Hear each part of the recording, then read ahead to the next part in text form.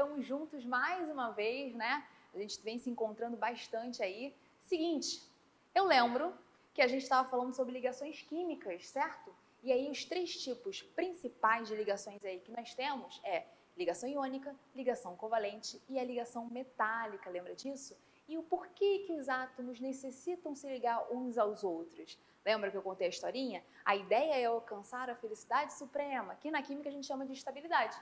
Pela regrinha do octeto, chegar a 8 elétrons ou a 2, que é a configuração eletrônica do hélio. Beleza? Lembramos disso tudo, resgatamos aí o que foi dito na outra aula. E aqui é importante que você saiba que a gente está falando, tudo isso que eu vou falar hoje, na aula de hoje, é sobre dentro de ligação covalente. É como se a gente tivesse dado para você uma aula meio que no geral, falando das três, e aqui a gente vai aprofundar um pouquinho dentro da ligação covalente, certo? As ligações covalentes são ligações que ocorrem dentro das moléculas. Por isso que a gente chama de ligação molecular, né? Pode ser chamado de ligação molecular também, tá? Então são ligações que ocorrem dentro das moléculas.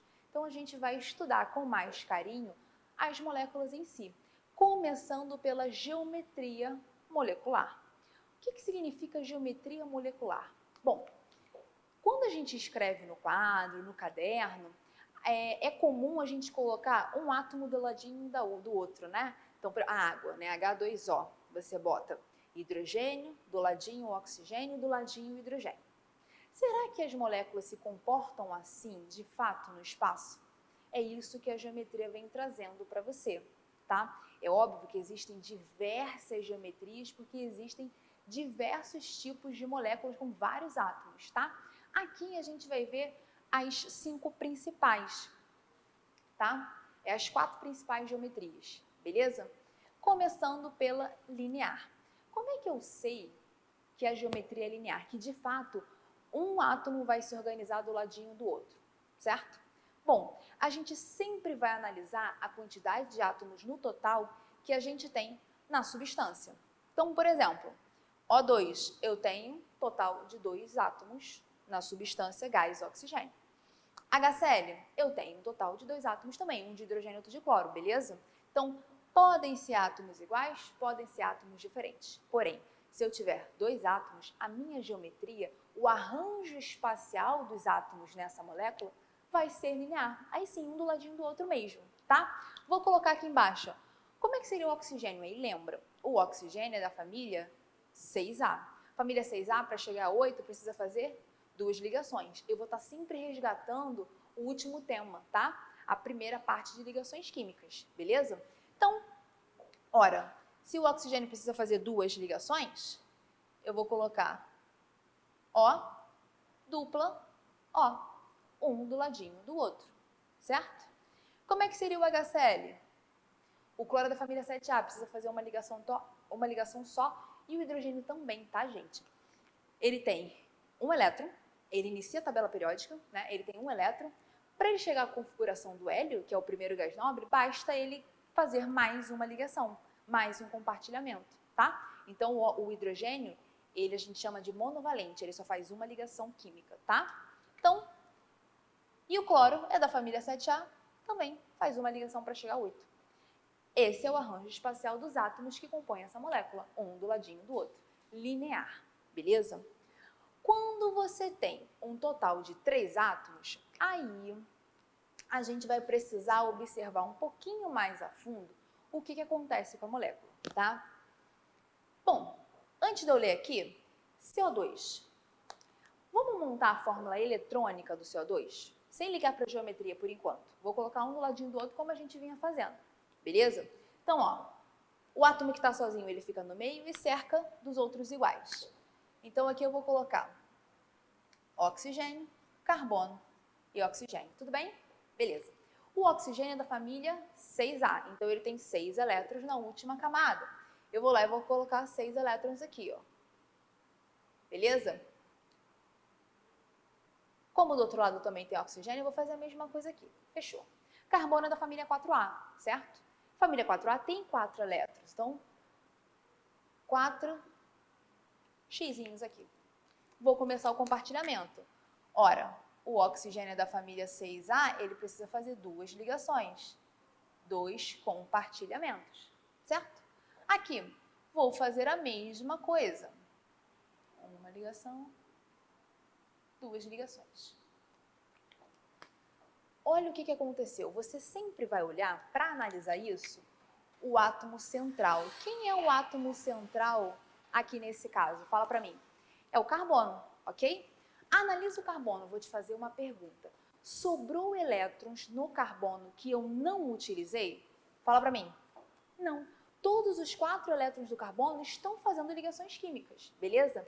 Então, quando não sobrar elétrons no átomo central, a geometria é linear, ou seja, de fato é um do ladinho do outro. Então vou escrever aqui, ó, é oxigênio do ladinho do carbono, do ladinho do oxigênio. Quando não tem elétrons espalhados, elétrons livres no átomo central, os átomos eles vão se dispor da maneira mais confortável. Então é um do lado do outro mesmo, certo? Agora, se sobrar elétrons no átomo central, aí muda a geometria, quer ver? Vamos falar da água? Concorda que eu tenho um total de 3 átomos? Eu estou em 3 átomos, tá? 2 de hidrogênio e 1 de oxigênio, tá vendo aqui? Então eu vou montar, a princípio, como a gente faz, um do lado do outro, para depois a gente ver a geometria, tá? Bom, H, O e H. O hidrogênio, lembra, ele só tem um elétron, ele inicia a tabela periódica, 1. O oxigênio tem 6. Opa. Legal. Lembra que o hidrogênio, ele quer ficar estável, certo? O gás nobre mais próximo a ele é o hélio, que tem 2. Bom, se ele tem 1, basta uma ligação, chegou 2. Tranquilo. Então foi. Aqui, ó. Fiz aqui uma ligação. Perfeito. Fiz uma ligaçãozinha aqui. O outro hidrogênio vai fazer a mesma coisa. E olha que beleza. O oxigênio ele precisa fazer 2 ligações, está fazendo uma com cada hidrogênio, está tudo perfeito, gente. Só que se você olha para o átomo central, que nesse caso é o oxigênio, você vai ver que sobrou elétrons que não foram utilizados em ligações nenhumas, tá vendo? Sobraram 4, inclusive. E o que vai acontecer? Esses elétrons são bem levinhos, né? A gente diz até que a massa é quase desprezível, beleza? Então eles ficam em cima, ok? Eles são levinhos, eles vão subir. Ó, eles vão ficar aqui em cima. E aí, o que acontece? O que esses elétrons vão fazer com as ligações? Bom, elétron, eles vão repelir. Eles estão assim, certo? Aí, imagina que tem uma força aqui. O que vai acontecer? As ligações elas vão ser inclinadas para baixo e você vai ter a geometria angular aí. Ó, empurrou para baixo, empurrou para baixo. Então, a água, na real, a molécula de água, ela não é uma do ladinho da outra como a gente costuma escrever. Ela se comporta dessa forma aqui, ó, ok? Oxigênio e as ligações para baixo com os hidrogênios, por causa dessa quantidade de elétrons aqui em cima. Beleza? Tranquilo? Então, geometria angular, certo? Bom, quando eu tenho um total de 4 átomos, aí a gente precisa também analisar. A ideia, gente, para 3 átomos e 4 é a mesma. Eu preciso analisar melhor essa molécula, ver se sobra ou não sobra elétrons no átomo central. Se não sobrar, opa, tô aqui, ó. Se não sobrar, a geometria trigonal plana, agora para um total de 4 átomos, tá? Ó, 3 de oxigênio e 1 de enxofre, beleza? Então tem um total de 4 átomos aí. E o que vai acontecer? Vou colocar enxofre no meio, cercar de oxigênio. Tanto o enxofre quanto o oxigênio, eles estão na mesma família, família 6A. Então, todo mundo tem 6 elétrons. Vou colocar 6 elétrons para todo mundo aqui. Me espera aí, calma aí.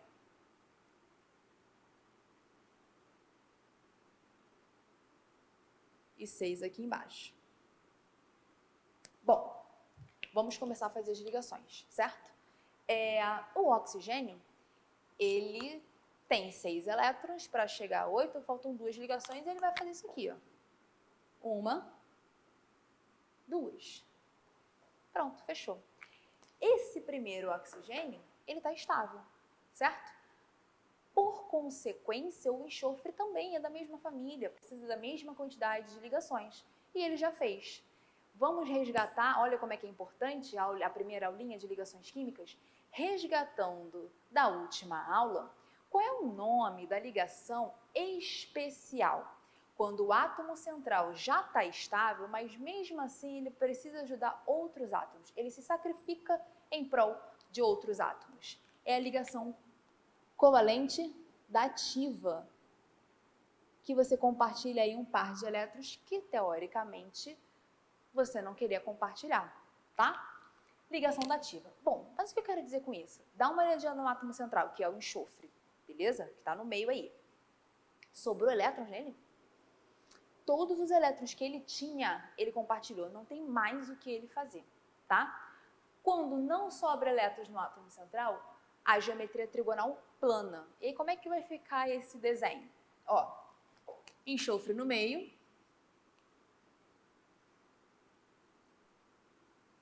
Você vai colocar, vou até tirar a setinha, porque eu lembro que eu falei para vocês, que os últimos vestibulares estão cobrando sem a seta, tá? Vou deixar assim. Ficou bem torto, calma. Trigonal plano, certo? Você vai colocar ligação em cima e ligações embaixo, tudo inclinadinho, tá? E aí, gente, quando é você que está montando, você pode botar a dativa lá para cima, a dupla aqui para baixo. Isso, ninguém vai exigir que você saiba exatamente a ordem não, tá? Beleza? Tranquilo. Bom, e aí, vimos quando não sobra elétron, certo? No átomo central. E se sobrar, Karine? Presta atenção que aqui eu coloco assim, ó. Quando sobrar, esse Ezinho com um tracinho em cima significa elétrons, tá? Então, ó, quando sobrar elétrons no átomo central, que tipo de geometria vai ocorrer? Presta atenção. NH3, total 4 átomos, tá? Eu ainda estou em 4 átomos, beleza? 4 átomos. Vamos fazer aqui a fórmula eletrônica para a gente dar uma olhada no que está acontecendo. Vou colocar o nitrogênio no meio e colocar hidrogênios à sua volta. Tudo bem? Nitrogênio, hidrogênio. O nitrogênio ele é da família 5A. Então, ele já tem 5 elétrons. Vou colocar aqui, ó. 2, 3, 4, 5. E o hidrogênio tem 1 elétron apenas. Ok? Lembra, o hidrogênio só faz uma ligação, porque ele chega a 2 elétrons, que é a configuração do hélio, um gás nobre. Então, fechou. Vou fazer uma ligaçãozinha aqui, ó. Fiz. Beleza? Ora, eu vou fazer uma outra ligaçãozinha com o hidrogênio de baixo. Fiz. E uma outra do outro lado. Perceba que o nitrogênio, como ele é da família 5A, para ele chegar a 8, ele precisa fazer 3 ligações. Tá aqui, ó, perfeito. Ele está fazendo as 3 ligações. Beleza. Agora a gente vai olhar o átomo central. Sobrou elétrons no átomo central? Sobrou. E aí lembra, quando sobra elétrons no átomo central, ele fica em cima, porque ele é levinho, o elétron é levinho, tá? Só que ele vai repelir as ligações para baixo, formando a geometria que a gente chama de piramidal. Quer ver, ó? Vai ficar assim, nitrogênio, hidrogênio, hidrogênio, hidrogênio. Ó, os elétrons aí repelindo essas ligações para baixo. Beleza? Tranquilo? E 5 átomos, para a gente finalizar. Quando eu tenho um total de 5 átomos na minha molécula, a geometria ela é tetraédrica. Quer ver um exemplo que eu não coloquei ali e não deu espaço? Olha para cá. Bom, um exemplo de molécula com um total de 5 átomos é o CH4, por exemplo. Vou colocar aqui para você. Ó. Exemplo, CH4. Eu tenho um carbono, 4 hidrogênios, perfeito? Total de 5 átomos. E aí, gente, vamos tentar assim acelerar um pouquinho. O carbono ele é da família 4A, ele tem 4 elétrons, certo? Ele precisa fazer mais 4 ligações. Se ele tem 4 hidrogênios, é porque ele vai fazer uma ligação com cada, beleza? Posso colocar direto como é que é a forma da geometria dessa molécula? Então, ó, ela é tetraédrica, a gente não precisa saber se sobra ou não sobra elétron, aqui não tem isso, tá?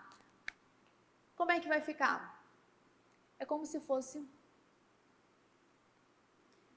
uma mistura dessas duas aqui, da trigonal plana com a piramidal. H, H. H. Então, o arranjo espacial dos átomos no CH4 ficam dessa forma aqui, beleza? Geometria tetraédrica. Tranquilo? Bom, finalizamos a primeira parte, que é falar sobre a geometria molecular, beleza? Agora a gente vai avançar um pouquinho para falar sobre polaridade da molécula, beleza? A polaridade da molécula nada mais é do que o somatório vetorial das forças que existem dentro do composto. Ai, Karine, ficou muito difícil esse negócio de somatório vetorial. Calma. Olha só, vou escrever aqui a definição para ficar bonitinha aí no seu caderninho, que eu sei que você está copiando. Vamos lá. Polaridade.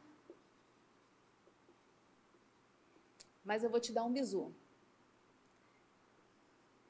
da molécula.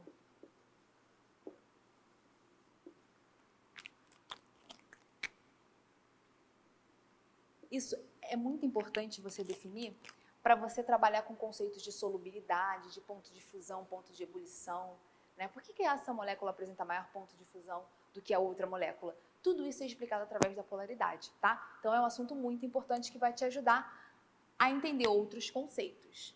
Bom, vou escrever aqui. É a soma vetorial das forças existentes na molécula.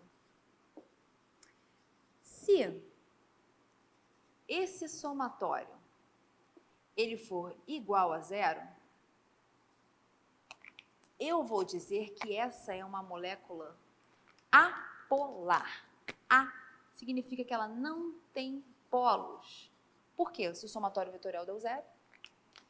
Se o meu somatório vetorial ele for diferente de zero, eu vou classificar como molécula polar. Polar. Ou seja, existe polaridade, existe cargas dentro daquela molécula ali mais bem definidas, tá? Bom, então vamos ver. Vou te dar um exemplo.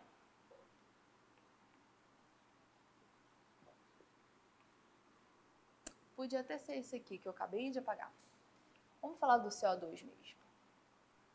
Para você fazer análise vetorial, é importante você saber geometria, tá? Então, é um acúmulo de conceitos que você precisa ter. Ó, eu sei, a gente acabou de ver que a geometria do CO2, ela é linear. Então, é por isso que eu vou colocar um do ladinho do outro, tá bom?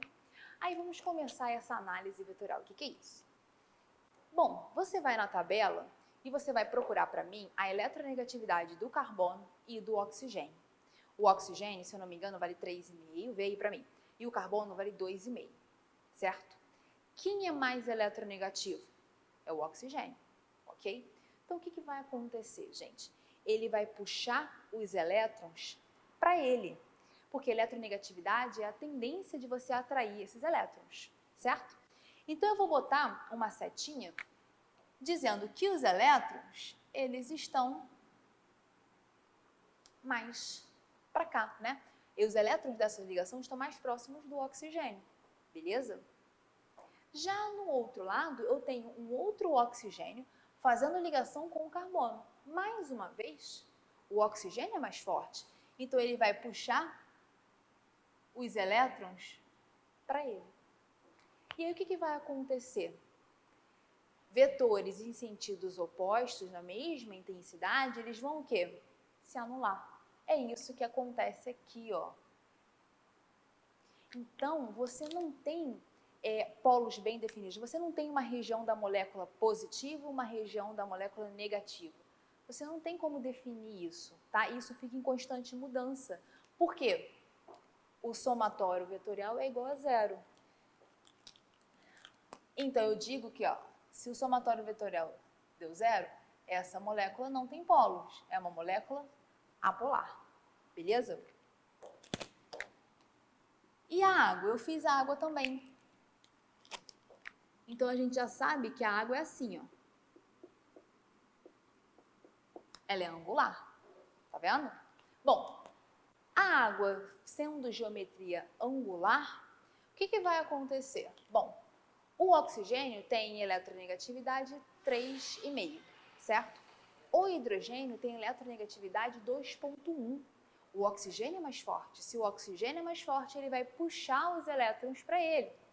Então, aqui, ó, vou puxar para cá e vou puxar para cá, certo? Ele puxa a ligação com esse hidrogênio e a ligação com esse também. Só que, gente, olha esses vetores, eles estão assim. Eles não conseguem se anular. Vai haver uma resultante aqui, inclusive. Ó, se você traçar paralelo a esse vetor e paralelo a esse vetor aqui, você tem uma resultante aí. Então, com certeza, o somatório vetorial ele é diferente de zero. Então, a água é uma substância, é uma molécula polar, beleza? Bom, Karine, eu não gosto muito de vetor, me lembra física, fico nervosa, fica tranquilo, tá? Nós temos uma outra forma da gente definir, que é a forma que eu gosto também, confesso que química, física, me deixa um pouco com medinho, mas não conta para o teu profissional. Mas, vamos lá, como é que é a outra forma que eu consigo identificar? Ó, vou escrever aqui para você, ou, tá? Karine, eu super entendi vetor, não quero mais prestar atenção nessa outra forma que eu tenho medo de confundir, não tem problema, tá? Inclusive, a forma estritamente correta é essa aqui, tá? O outro é um macete, vai te ajudar igual e sempre, tá? Então, olha só. Vou colocar aqui. Quando você tem todos os átomos diferentes da molécula, vou botar assim. Para todos os átomos diferentes, a polaridade é sempre polar. Sempre. Polar. Agora, se você tiver átomos iguais ligados a um átomo central, por exemplo, átomos iguais ligados a um átomo central, aí a gente vai fazer da seguinte forma. Ó, vou colocar como se fosse dois itens. Átomos iguais ligados a um átomo central.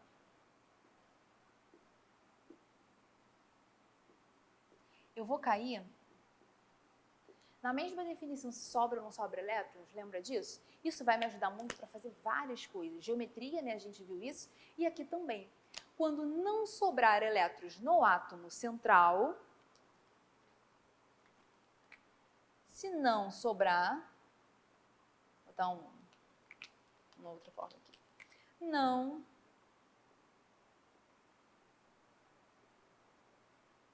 quando não sobrar elétrons no átomo central, aí vai, me ajuda.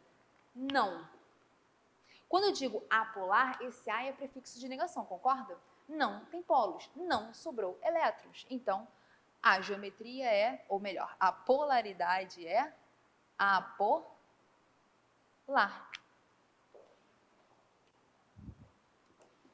Ora, olha o CO2 aqui. Tu lembra que o carbono ele tem 4 elétrons, certo? 4 elétrons. Ele está fazendo exatamente 4 ligações. Então, não tem elétron sobrando no carbono, certo? Ó, 2 átomos iguais ligados a um átomo central. Não sobra elétrons no átomo central, apolar. Apolar também, certo? Se sobrar, você já sabe. Opa, sobrou elétrons, você tem uma polaridade aí. Quando sobra elétrons,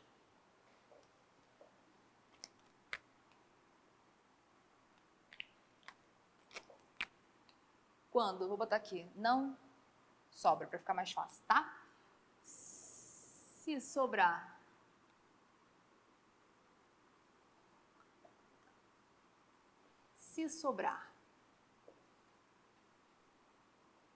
elétrons, gente, se sobrar elétrons no átomo central, beleza? Então, se sobrar elétrons no átomo central, é polar, ok? Eu vou voltar aqui até para a água, certo? O oxigênio, ele tem 6, certo? São 6 elétrons, porque é da família 6A. Então, ó, 1, 2, 3, 4, 5, 6.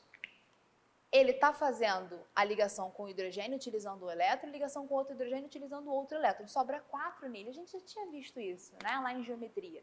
Então, sobra elétrons no átomo central. Quando sobra elétrons, polar também. Então, você pode definir através do somatório vetorial ou você pode definir com esse macete, beleza? E aí, gente, saber a polaridade vai te ajudar muito, por exemplo, na solubilidade dos compostos, certo? Por que determinados compostos se misturam e outros compostos não? Por que a água e o álcool, por exemplo, eles se misturam tão bem? E água e óleo, não. É por causa da polaridade. Presta atenção, essa frase é muito importante. Semelhante dissolve semelhante. Ou seja, compostos polares só vão dissolver compostos polares. Compostos apolares só vão dissolver compostos apolares. Tudo bem? Vou botar aqui, ó, observação quanto à solubilidade. Tranquilo? Solubilidade. Vou escrever essa frase, é muito importante. Semelhante, dissolve, semelhante. E aí, vou colocar um exemplo aqui para você já. Já vimos que a água, ela é polar, beleza? Água. Água. E aí eu vou colocar aqui água e HCl, por exemplo, tá? Bom, a água a gente já viu que ela é polar. Mas e o HCl, Karine? Poxa, você não falou quando você só tem 2 átomos, né? Porque aqui não tem nenhum átomo central. Como é que eu vou saber se essa molécula é polar ou polar? Simples assim. Quando eu tenho 2 átomos, se eles forem diferentes, lembra? Átomos diferentes é o quê? Polar, beleza? Se eles forem iguais, exemplo, gás oxigênio, O2, ou gás hidrogênio, H2, enfim. Se eles forem iguais, aí é apolar, é o mesmo átomo, certo? Então, não tem ninguém que seja mais forte que o outro para ter uma parte positiva e uma parte negativa da molécula, beleza? Então, vamos lá. Quando você tem 2 átomos, se eles forem diferentes, polar, se eles forem iguais, é apolar, beleza? Tranquilo? Bom, a água é polar, o HCl é polar, vão se misturar? Vão se misturar porque a polaridade é a mesma, beleza? Ó, vou colocar um outro exemplo aqui para você. CO2 e SO3, por exemplo. Dá uma olhadinha. CO2, a gente já fez ele, inclusive, várias vezes, né? Apaguei e tem até a parte estrutural dele. Não sobra elétrons no átomo central. Não sobra, ele é apolar. Beleza. E o SO3? Dá uma olhadinha aí em geometria, que eu sei que você copiou no seu caderninho. A gente já fez a estrutura do SO3, em que o enxofre, ele faz uma dupla com oxigênio e 2 dativas com os outros 2 oxigênios. Beleza? Uma dativa com cada e oxigênio. Não sobra elétrons no enxofre. Pode tentar fazer ele, tá? Não sobra elétrons no átomo central. Se não sobra elétrons, ele é apolar. Apolar e apolar vão se misturar, vão se dissolver. Isso é solubilidade, beleza? Tranquilo? Então, visto isso, como é que você acha, vamos pensar assim, né? Uma pergunta aí. Dentro de um copinho com água, você acha que só tem uma molécula de água? Tem infinitas moléculas de água, tem várias. Infinitas não, porque sempre tem um número aí. Mas você tem várias moléculas. E essas moléculas, elas estão em constante interação umas com as outras, certo? E o nome disso são forças intermoleculares. São as forças que regem a atração de uma molécula com a outra, ok? Nós temos 3 tipos de forças intermoleculares. Eu tenho van der Waals, dipolo-dipolo e ligação de hidrogênio, tá? E aí, como é que eu vou saber diferenciar? Van der Waals vou apagando aqui o quadro e vou falando com vocês. Van der Waals é a ligação mais fraquinha. Por quê? É uma ligação que ocorre com as moléculas apolares. E lembra que eu falei para vocês?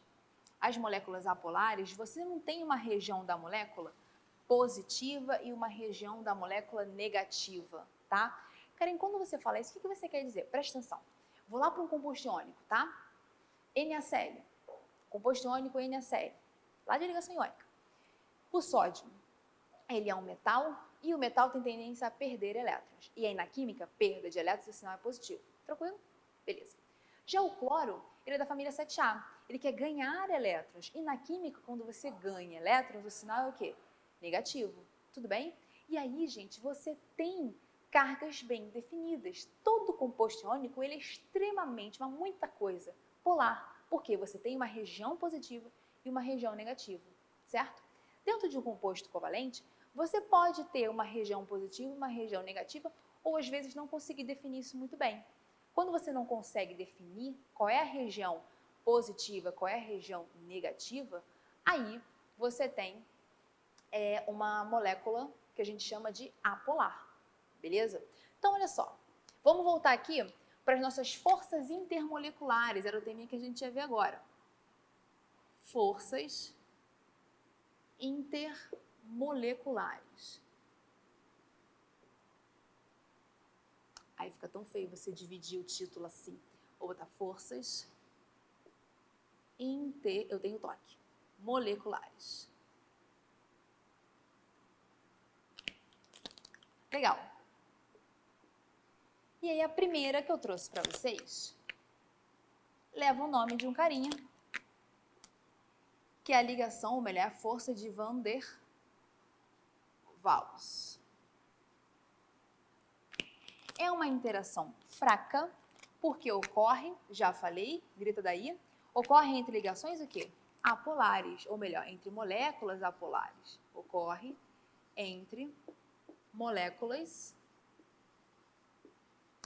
apolares. Vou escrever de vermelho. Apolares. Bom, se ocorre entre moléculas apolares, e essas moléculas apolares são aquelas que não têm uma região positiva e uma região negativa, a interação entre essas moléculas não vai ser tão intensa assim. Então, ó, vou botar fraca interação. Opa! Se uma molécula já não está tão bem ligada à outra, você concorda que você não precisa aquecer muito isso para você romper essas ligações e mudar o estado físico? Então, o ponto de fusão e ebulição para uma substância que está ligada, né, uma molécula que está ligada a outra através da força de Van der Waals, o ponto de fusão e ebulição, ele é o quê? Baixo. Porque a interação é fraca. Fraca, né? Baixos pontos de fusão e ebulição. Tranquilo? Beleza. Vou botar um exemplo aqui, exemplo clássico que eu utilizei. O CO2, porque ele é uma molécula apolar, beleza? Então, uma molécula de CO2 com outra molécula de CO2, essa interação aí é através de Van der Waals. Bom, seguindo. Segunda interação que a gente comentou aí, ó, fala pra mim.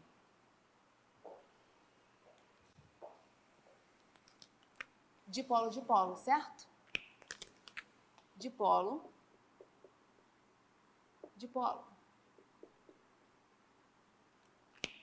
Dipolo ocorre entre moléculas, polares, certo? Ocorre entre moléculas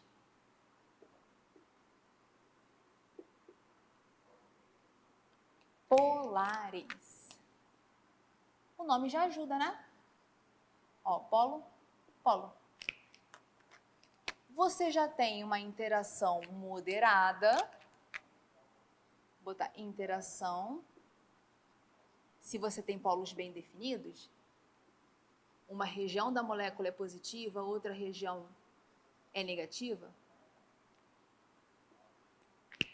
aí você já tem uma interação um pouquinho mais intensa, certo? Logo, eu posso dizer que o ponto de fusão e ebulição é médio. Posso dizer isso? Ora, se você tem uma interação um pouco mais intensa, para eu romper essa ligação aí, eu vou ter um pouquinho mais de trabalho, eu vou ter que aumentar mais a temperatura. Pontos de fusão e ebulição, intermediário aí, médio. Exemplo. Vou dar o HCl como eu dei ali, ó.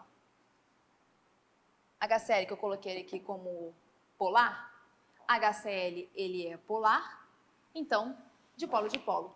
E a última, pra gente fechar, última interação aí, e aí eu te digo que é a que mais cai, é a mais importante. Não é para você esquecer das outras não, hein? Pelo amor de Deus. Ligação de hidrogênio, tá? E aí, gente, como é que eu identifico que ocorre esse tipo de interação, esse tipo de força, tá? Ó, é entre moléculas polares também, tá? Só que é uma coisa especial.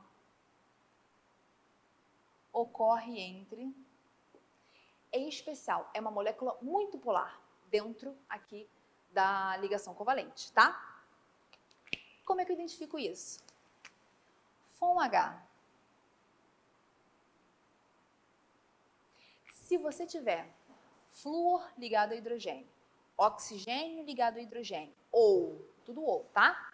Nitrogênio ligado a hidrogênio, você tem uma força que a gente chama de ligação de hidrogênio, beleza?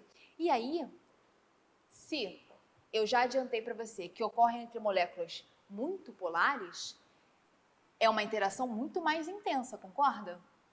Se é uma interação muito mais intensa, o ponto de fusão e ebulição dele vai ser o quê? Maior, certo? Então, ó, interação, vou só escrever aqui, interação intensa, vou colocar assim, intensa, altos pontos de fusão e ebulição. E aí, gente, não vou fugir do exemplo clássico, não. Vou falar da minha aguinha mesmo, sabe por quê? Só pra gente comparar uma coisa aqui, ó. Eu tenho certeza que você sabe qual é o ponto de ebulição da água, não sabe? Fala pra mim. 100 graus Celsius, ok? O ponto de ebulição da água é 100 graus Celsius. Então, eu preciso atingir até 100 graus Celsius para a água começar o quê? A ebulir, virar do estado gasoso, beleza? Olha para o CO2. O nome desse cara aqui, a gente conhece ele. Ele é o gás carbônico. Por que a gente chama de gás carbônico? Porque a nossa temperatura, e aí vamos trabalhar com temperatura ambiente 25, ele já está no estado gasoso. Perceba, a 25 ele já é gás, e eu nem sei qual é o ponto de ebulição, mas vamos comparar isso aqui. 25 graus Celsius ele já é gás. Para a água virar gasosa, você precisa elevar essa temperatura até quanto? Até 100. Tá vendo aí? Por que essa diferença? Tem diferentes forças intermoleculares aí. CO2 é uma molécula polar, é Van der Waals, interação fraquinha. Então você consegue quebrar essa molécula com facilidade e mudar o estado físico dela. Já a água não. Apresenta a ligação de hidrogênio, uma interação mais forte. Então você precisa aquecer isso aí para você mudar o estado físico. Beleza, gente? Meu Deus do céu, é muita coisa, é muita informação. Mas é isso aí. Ficamos por aqui hoje. Um beijo enorme para vocês. Lembrando que qualquer dúvida que você precisar, me procura nas redes sociais, a gente conversa. Se precisar, eu gravo áudio para você, a gente faz exercício, enfim. Tô aqui para te ajudar, tá bom? Um beijo para você. Tchau, tchau e até a próxima aula.